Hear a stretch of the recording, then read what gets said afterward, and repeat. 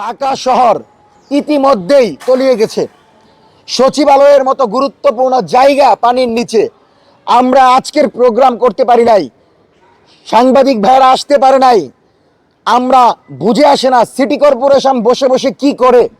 তারেক রহমান যদি প্রত্যেকটা সিটি কর্পোরেশনে 100 জন করে মাঠে নামিয়ে বলে তোমরা পানি নিষ্কাশনের ব্যবস্থা করো, তাহলে আমার মনে হয় না জনগণকে এই দুর্ভোগ পোহাতে হয়। যদি সরকার না পারে আমাদেরকে বলুক, আমাদের টাকা দেওয়া লাগবে না, শুধুমাত্র সাপোর্ট দিবেন। আমরা আমাদের জায়গা থেকে প্রত্যেকটা জায়গায় নিজস্ব স্বেচ্ছাসেবীদেরকে নামিয়ে আমরা পানি নিষ্কাশনের ব্যবস্থা করব। আপনারা আওয়ামী সংগঠনকে বরাদ্দ দিতে পারেন, কিন্তু আমরা মাঠে থেকে আমরা এই জনগণের যেই দুর্বিষহ জীবন, সেই দুর্বিষহ জীবন যেন একটা স্বচ্ছ এবং সুন্দর দিকে যায়, সেজন্য অনুরোধ করব দয়া করে আপনি পানি নিষ্কাশনের জন্য যথেষ্ট পদক্ষেপ নেন।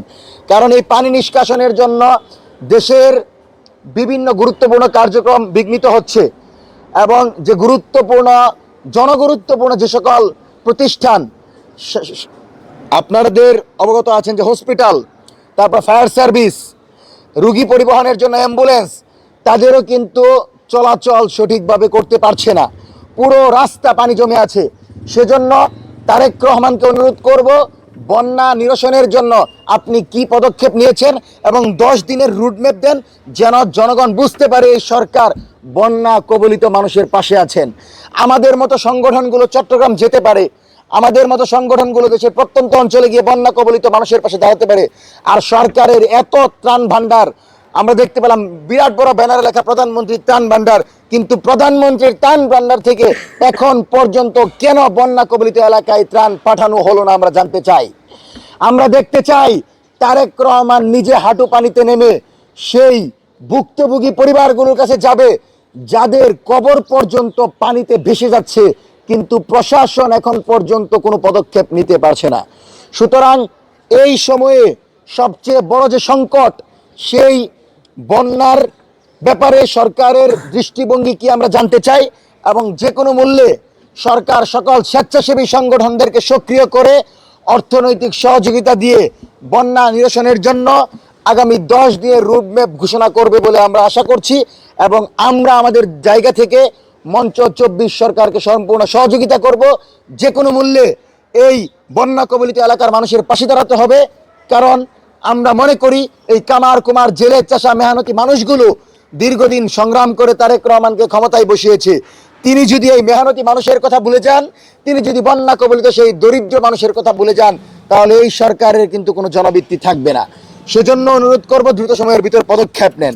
দ্বিতীয়ত, আপনারা দেখতে পাচ্ছেন যে হাসিনা আজকে ফেরার কথা বলছে, আপনারা গণমাধ্যম এটা নিয়ে তুলকালাম কাণ্ড। আমরা বলবো হাসিনা ফেরত আসবে, অবশ্যই আসবে। জনগণ সেই বিমানবন্দর থেকে জুতার মালা পরিয়ে শেখ হাসিনাকে ফাঁসির সেল পর্যন্ত নিয়ে যাবে এবং হাসিনার ফাঁসির রায় সময়ের সবচেয়ে দ্রুত সময়ের ভিতর কার্যকর হয়ে বাংলাদেশের জনগণ, জামাত, বিএনপি, এনসিপি সর্বদলীয় ঐক্যের ব্যানারে আমরা শাহবাগে উদযাপন করব, নাজাত দিবস পালন করব এবং আশা করব দ্রুত সময়ের ভিতর হাসিনার ফাঁসির রায় কার্যকর করার মাধ্যমে গুরুত্বপূর্ণ এই রায় যখন প্রতিষ্ঠিত হবে, এই সরকার আগামী 10 বছর ক্ষমতায় থাকতে পারবে।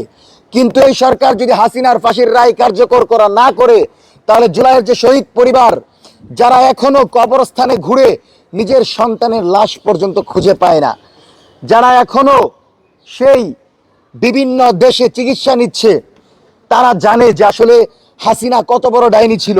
সুতরাং আপনি যে কোনো মূল্যে জুলাইয়ের এই সন্ত্রাসীদেরকে গ্রেফতার করবেন এবং হাসিনার ফাঁসির রায় কার্যকর করবেন, এটা আমাদের প্রথম এবং প্রধান দাবি।